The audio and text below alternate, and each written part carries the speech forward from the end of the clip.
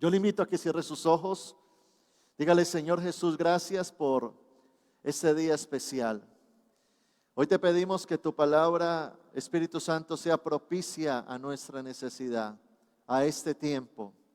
Háblanos al corazón y asimismo que tu palabra produzca en nosotros avivamiento, despertar espiritual y una transformación de nuestro carácter, Dios. En el nombre de Jesús, amén y amén. Quiero leer un texto que está en 2 de Timoteo, capítulo 3, versículo 1. 2 de Timoteo, capítulo 3, versículo 1. Dice la palabra: también debes saber esto, que en los postreros días vendrán tiempos peligrosos. En los postreros días vendrán tiempos peligrosos. Así quiero titular esta enseñanza en esta noche. El título de esta enseñanza es esa: vendrán tiempos peligrosos. Esta palabra la escribe el apóstol Pablo hablando del futuro, vendrán. Y está hablando de los postreros tiempos. Cuando nosotros leemos Mateo capítulo 24, Marcos capítulo 13, el libro de Daniel, profecías del Apocalipsis, nos situamos en una realidad que estamos enfrentando usted y yo en medio de esta generación. Usted y yo somos parte de una generación que hace parte de los postreros tiempos. Esa palabra postrero significa últimos tiempos. Y cuando leemos detenidamente cada una de las señales del fin de los tiempos, nos situamos en esta realidad que estamos enfrentando hoy. Porque la Biblia habla de que habrá pestes. Y mire cómo esta pandemia ha afectado el mundo entero. Solo en Colombia ya van más de 50,000 muertos. Mire los temblores. ¿Cuántos sintieron ese temblor de la madrugada? A ver, levánteme la mano. Gracias a Dios, yo no. Yo le decía a mi esposa tampoco. Y yo le decía a ella: gracias a Dios no sentí. Imagine uno a la madrugada y uno cómo me levanta, salir de los brazos de Morfeo. Es muy, muy complicado. Pero los terremotos están pasando. Mire el huracán que sucedió recientemente en San Andrés, cómo destruyó esa pequeña isla de Providencia. Mire todo lo que está pasando a nuestro alrededor. O sea que Pablo no está equivocado. Pablo está situado en una realidad profética en la cual usted y yo debemos de ubicarnos. Aún la Biblia habla de que en los postreros tiempos se levantarán falsos cristos.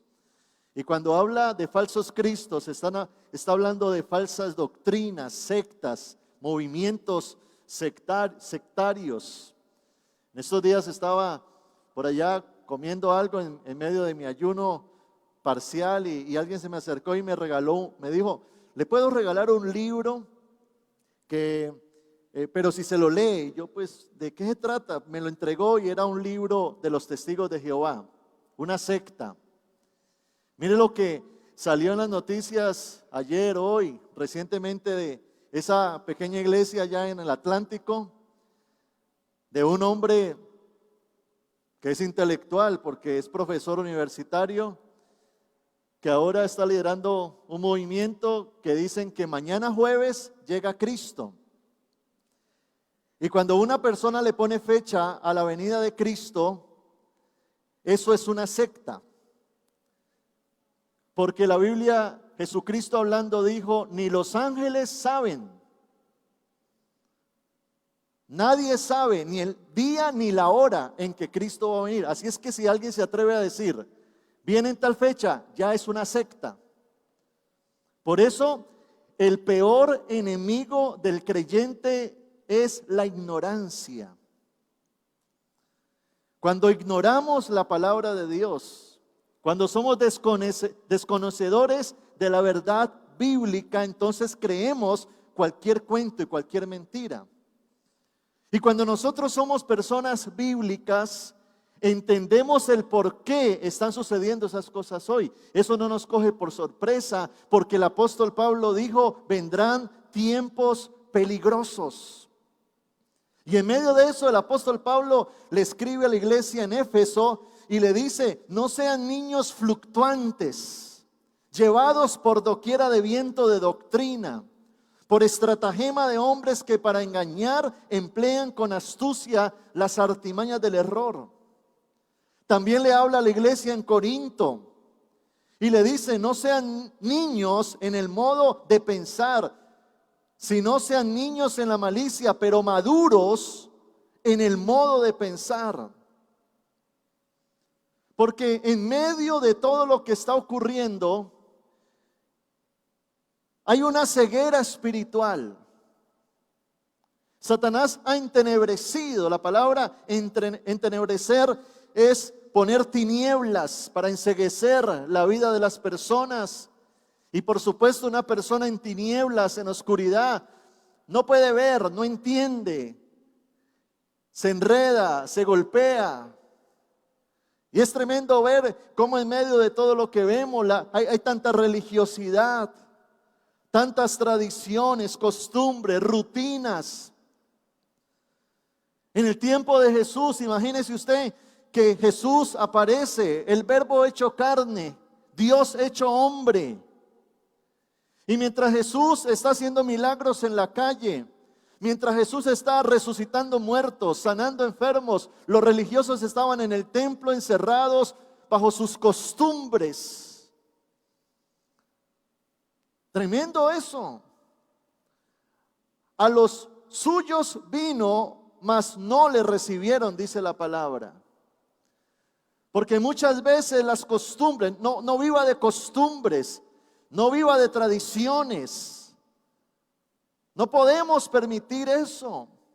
La Biblia en Colosenses capítulo 2, versículo 5, dice la palabra, mirad que nadie os engañe por medio de filosofías y huecas sutilezas, según las tradiciones de los hombres, conforme a los rudimentos del mundo y no según Cristo. Cristo, Jesús. La religión te desenfoca. Las costumbres te alejan del verdadero conocimiento de Dios. Otros se encuentran en medio de este tiempo en una apatía religiosa. No necesito de Dios. Yo no necesito eso de ayunar, eso no va conmigo. Eso de congregarme, no, eso no es para mí. Eso de orar, no lo necesito. Y han, por decirlo así, empotrado en su corazón un ídolo, el dinero, la codicia, la avaricia, ese humanismo que entra a gobernar. Y ahora el ser humano es egoísta, egocéntrico, vanaglorioso, orgulloso, autosuficiente. Su corazón está endurecido y hay un rechazo hacia las cosas de Dios.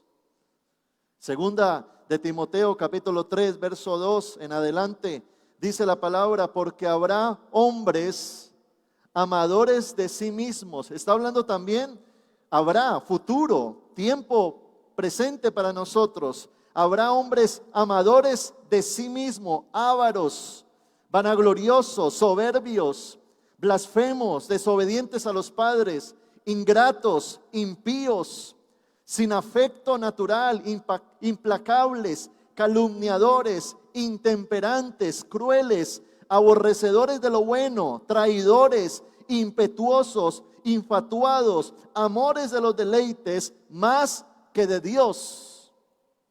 Esto último se llama hedonismo, amadores de los deleites. Y otros se encuentran también engañados, porque debes de entender algo, el arma más efectiva que usa el diablo para destruir una vida se llama engaño. Y para entenderlo nos vamos al Génesis. cómo Adán y Eva tenían relación con Dios. Tenían abundancia, lo tenían todo. Un matrimonio bonito, una familia bendecida, abundancia. Pero llega el diablo, les promete cosas que no va a cumplir. Le vende lo contrario a lo que dice Dios y ellos caen. ¿Cuánta gente hoy en día no está cayendo en las trampas de Satanás? ¿Cuánta gente hoy en día, sabes qué es ser engañado? Creer una mentira, convertir una mentira en verdad. Y lo que pasa con el engañado es que el engañado cree que está en lo correcto. Eso significa engaño. Creer que estoy bien, creer que estoy haciendo lo correcto, creer que como yo hago las cosas o lo que estoy pensando o lo que estoy programando es lo correcto cuando estoy mal. La Biblia por eso nos advierte a usted y a mí, 2 Corintios 11:3. Pero temo que como la serpiente con su astucia, Satanás es astuto, engañó a Eva, vuestros sentidos sean de alguna manera extraviados de la sincera fidelidad a Cristo. Por eso usted y yo no podemos ser ignorantes. Cuando hablo de ignorantes es que ignoramos una verdad, sino que tenemos que ser conocedores de la palabra, conocedores de la verdad. Y en medio de esta sociedad, donde hay gente apática, ciega, otros no quieren de Dios, otros están apagados o engañados. Dice Romanos 12:21, no seáis vencido de lo malo, sino vence con el bien el mal. Tremendo, ¿no? Porque no estamos llamados a escondernos en una cueva a esperar que Cristo venga.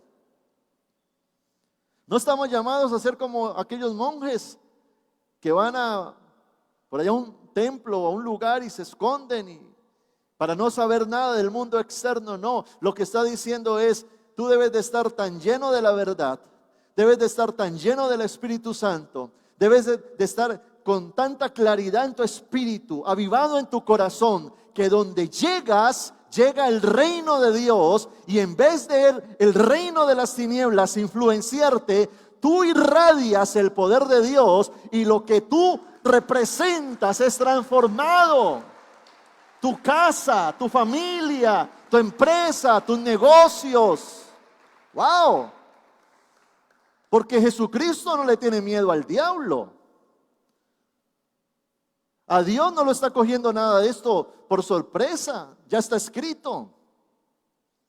Pero lo que Dios sí está demandando es que usted y yo podamos, hermano, sacudirnos y vivir la verdad de la palabra. Es cierto que es un año desafiante, es cierto que vienen problemas, malas noticias, situaciones adversas, tenemos que quizás enfrentarnos a una situación familiar, económica, bueno, de cualquier índole. Pero aquí es donde nos vamos a determinar cómo vamos a enfrentar esos problemas, con Dios o sin Dios.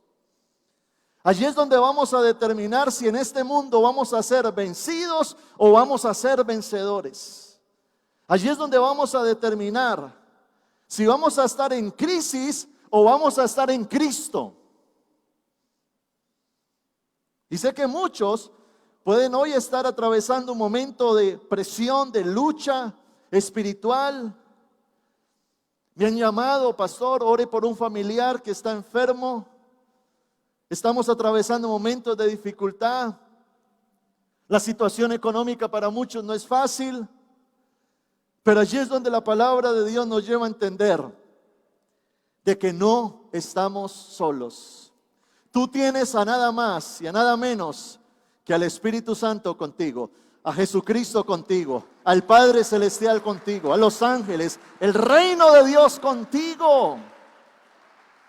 ¡Wow! Por eso Pablo dice, si Dios está conmigo, que me venga cualquiera. Porque si Dios está conmigo, ¿quién contra mí? Ahora, ¿qué debemos de hacer entonces para caminar en victoria en medio de estos tiempos peligrosos? Primero, conocer la obra de la cruz. Conocer la obra de la cruz. Yo creo que una de las tareas del cristiano es tener la revelación de Cristo, la revelación de la cruz, su obra, lo que representa el poder de su resurrección. Dice la palabra, y conoceréis la verdad. ¿Y la verdad qué? ¿Y una persona libre qué es? Se mueve con libertad, actúa con libertad. Su mente es libre, su accionar es libre. Cuando Jesucristo vino a hacer su obra redentora, dice la palabra que el ángel se le aparece a María. Mateo 1:21. María le dice, y dará a luz un hijo, y llamarás su nombre Jesús, porque él salvará a su pueblo de sus pecados. Mire principalmente a qué vino Cristo a esta tierra. Diga conmigo, a salvar, o más bien, personalicémoslo, diga conmigo, a salvarme de mis pecados. Está bien que queramos prosperidad, sanidad, restauración en mi casa, vivir en mi casa, en la casa de mis sueños, andar en un buen carro, tanto, graduarme de la universidad. Sí, eso está bien. Pero Cristo vino principalmente a salvarme de mis pecados. Porque la obra de Cristo va más allá del tiempo temporal que pasemos en esta tierra. Él estaba pensando en tu eternidad. Vivas bien o mal, sano o enfermo, pobre o rico, eso no es lo relevante para un cristiano. Lo relevante es que vas a pasar una eternidad con Dios. Eso es lo relevante. Tú en el cielo ni te acordarás de lo que pasó en la tierra. Porque eso lo recordarás como algo tan corto. Y ahí es cuando tenemos que entender lo que significa la revelación de la cruz. Cómo hay cristianos que caminan con culpa, mirando su ayer, con traumas sin superar. No han entendido la obra de la cruz. No han entendido la misericordia de Dios, la gracia de Dios. ¿Acaso no dice la Biblia que si alguno está en Cristo, nueva criatura es? Nueva criatura. Naciste de nuevo. La Biblia reitera tanto el dejar atrás, soltar, dejar ir, superar. Pero el diablo viene con sus engaños, mentiras, a decirte, aún no puedes olvidar. Cuando el diablo venga con eso, dígale, mentira, Satanás. Porque la verdad me hace libre. La verdad me hace libre. Muchos hoy en día ponen su esperanza en la vacuna, o en el político, o en el jefe, o en la oportunidad. Yo le quiero decir algo. Cuando Cristo resucitó de entre los muertos, dice la Biblia que fue a sentarse a la diestra del Padre, y tú puso todo bajo el estrado de sus pies, para que toda rodilla se doblara y confesara que Él es el Señor, el Rey de Reyes. Te quiero decir algo. Cristo no ha abdicado del trono. A Él no lo han quitado de su trono. Él sigue siendo Señor. sigue siendo Señor, sigue siendo Señor.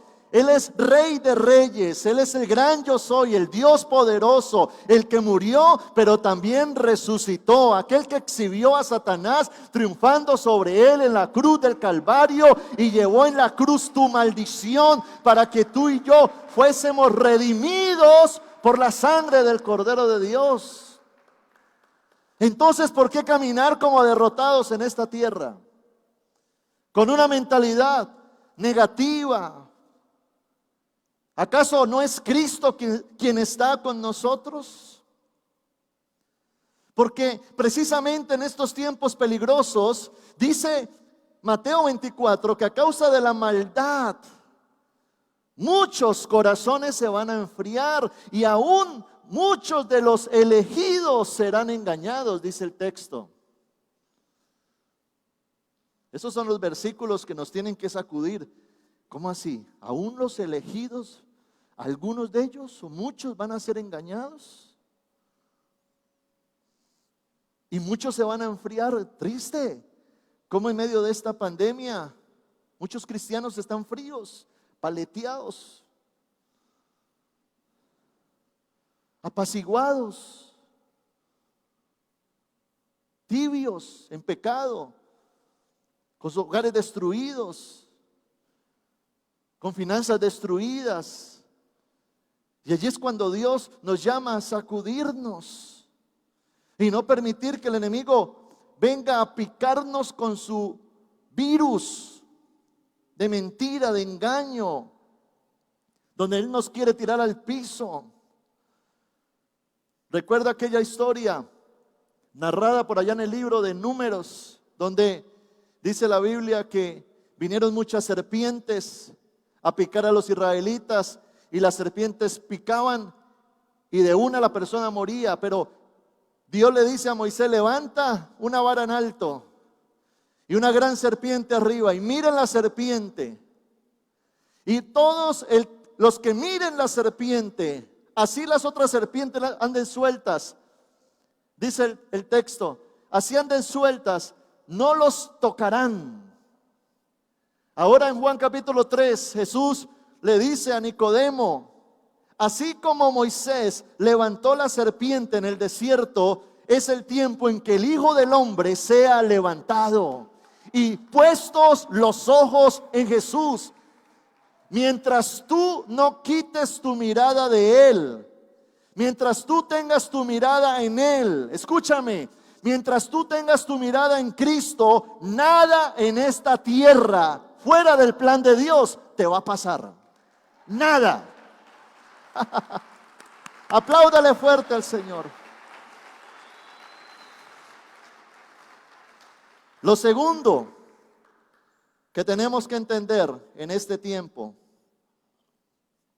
es la gracia de Dios. Juan capítulo 1, verso 14, dice la palabra: y aquel verbo fue hecho carne y habitó entre nosotros. Y vimos su gloria como la del unigénito del Padre, lleno de gracia y de verdad. Lleno de gracia y de verdad. Diga conmigo eso: lleno de gracia y de verdad. Gracia significa que la barrera que nos dividía de Dios fue quitada. Y verdad significa que todo lo que Él dice es cierto. Luego de entender la revelación de la cruz, hay que entender la gracia de Dios. Porque la gracia, lo único que nos entra a demandar es una fe genuina y un corazón dispuesto. Allí es donde nadie tiene argumento para decir: ay, es que yo no soy digno, es que yo soy muy pecador, es que yo he cometido muchos errores. Recuerde que el que vino a culpar, Satanás, él es el que pone el dedo, el juzgador, el acusador. Satanás te dice: tú no puedes, Tú no vas a ir más allá de ser un sencillo asistente a la iglesia. Tú no vas a ser un ungido. Tú no puedes llegar a ser un hombre de Dios. Tú no vas a soltar ese pecado. Tú no vas a salir adelante. Tú no vas a hacer tantas cosas.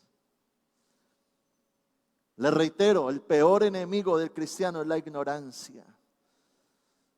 De un tiempo para acá, Dios me ha inquietado en mi corazón a estudiar mucho sobre la gracia.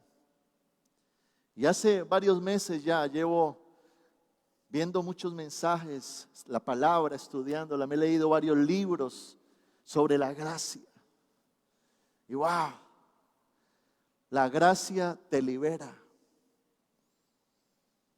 La gracia te lleva a entender quién es Dios y su misericordia para con nosotros. Y que aún sin importar mi condición, Él me acepta porque ya Cristo pagó el precio de mi pecado en la cruz del Calvario.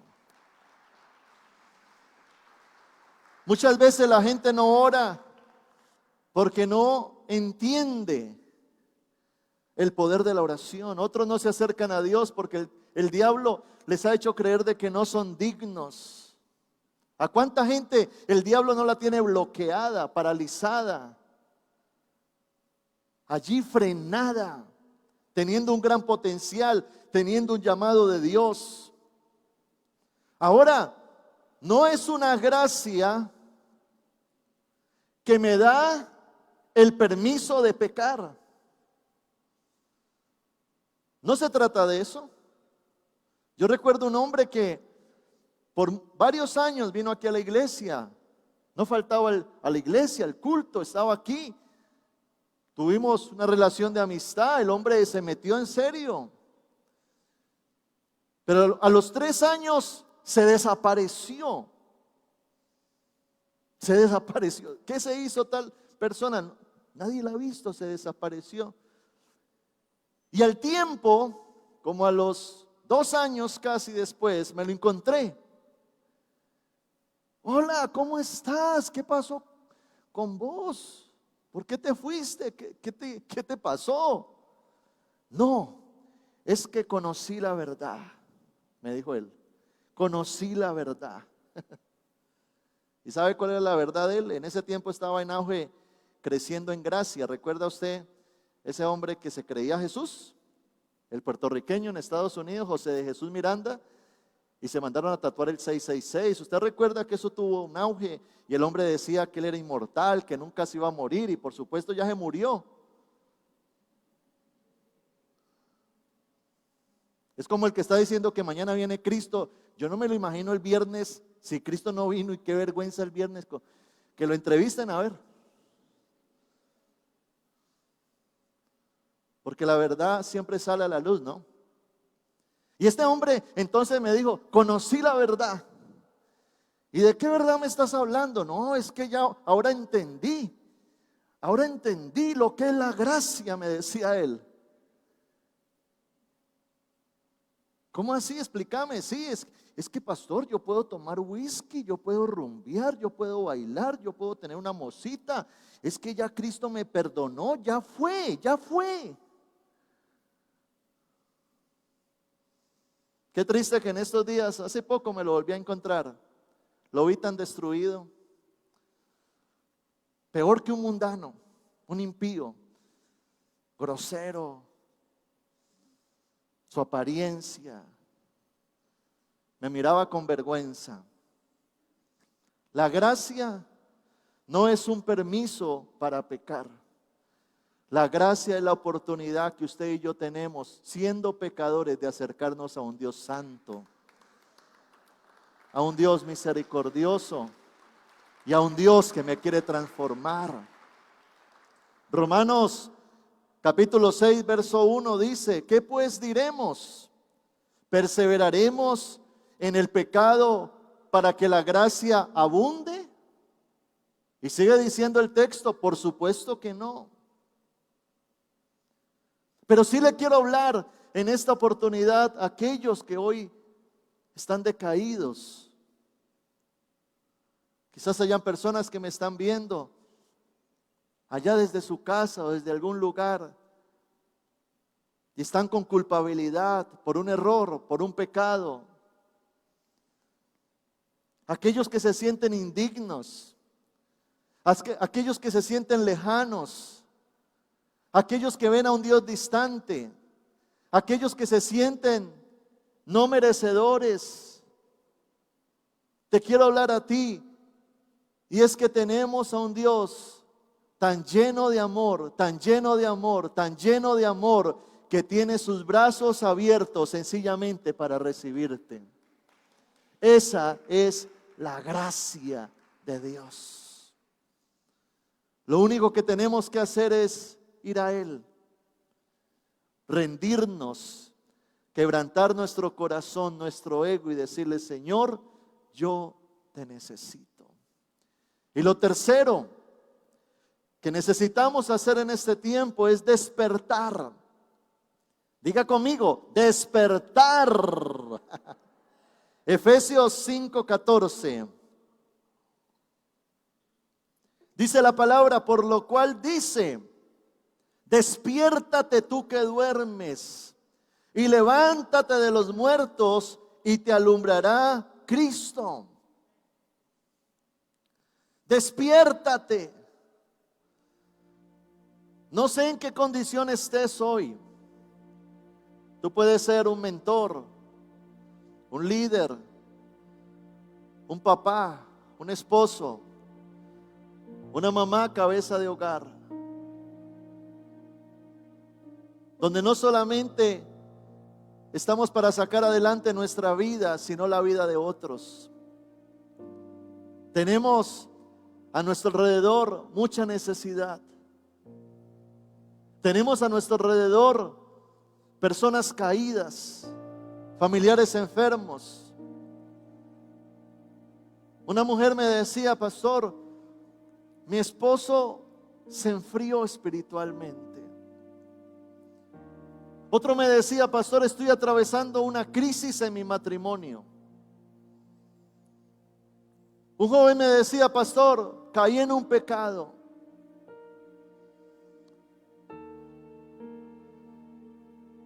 ¿Qué hacer frente a eso? ¿Qué hacer? Triste cuando una persona tras una caída sigue cayendo. Frente a una mala noticia, frente a un problema, una enfermedad, una tribulación, una situación en casa, lo que hace es desboronarse en su crisis. Entrar en esa crisis emocional. ¿Acaso Jesús no dijo: en el mundo tendréis aflicción? Pero también dijo: no teman. Entonces, si Él dijo que iba a haber aflicción y también nos dijo: no teman, ¿por qué tememos? ¿Y por qué nos asustamos frente a la aflicción? ¿Por qué nos amedrentamos? ¿Por qué hablamos mal? ¿Por qué pensamos mal? Hace un tiempo nos vimos una película con mi esposa que se llama Cuarto de Guerra. Seguramente algunos se la han visto. Y se trata de una mujer que entra en una crisis matrimonial con su esposo. Ellos se congregan. Bueno, no se la quiero contar toda para que la vea mejor. Pero ellos se congregan en una iglesia, pero son de esos domingueros. Y ella casualmente se encuentra con una viejita, una anciana, una cristiana, una oradora, de esas que tiene un cuarto en su casa de intercesión, y le dice: mira, esto se gana es de rodillas. La principal arma de guerra de un cristiano es de rodillas. Tienes un problema con tu esposo, arrodíllate a guerrear, a guerrear, a guerrear, a guerrear, a guerrear hasta que no veas la victoria. No dejes de guerrear. Un hijo se está perdiendo, ¿qué tienes que hacer? Los negocios se están cayendo, ¿qué tienes que hacer? Tu ministerio no avanza. ¿Qué tienes que hacer? Tu salud se está afectando. ¿Qué tienes que hacer? El Señor nos dice: despiértense. No sean niños, no sean tibios, no sean fríos. Despiértense, usen las herramientas que ya les entregué en la palabra, la oración, la intercesión, la guerra, el ayuno. Métanse, paguen el precio. Levántense, dice el Señor. Despiértense. ¿Acaso tu familia va a terminar en el infierno? Eso no es lo bíblico.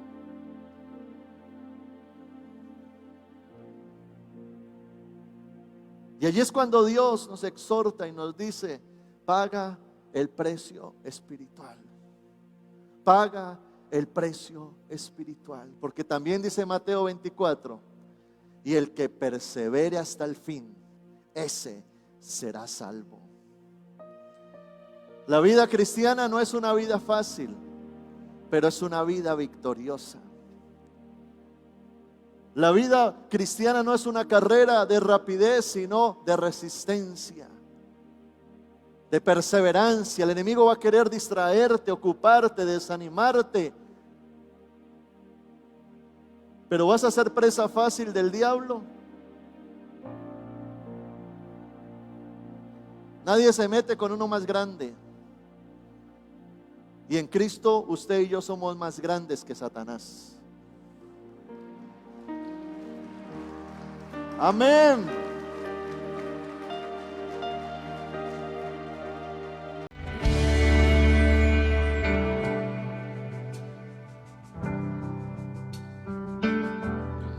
Hola, soy el pastor Samuel Díaz y me alegra grandemente que hayas recibido esta palabra de edificación para tu vida. Si quieres continuar recibiendo estas predicaciones, puedes suscribirte a nuestro canal en YouTube. Allí dale la campanita para notificaciones, así te vamos a anunciar nuevas enseñanzas que van a edificar muchísimo tu vida. Y síguenos en nuestra página web www.samueldiaz.com.co. Dios te bendiga.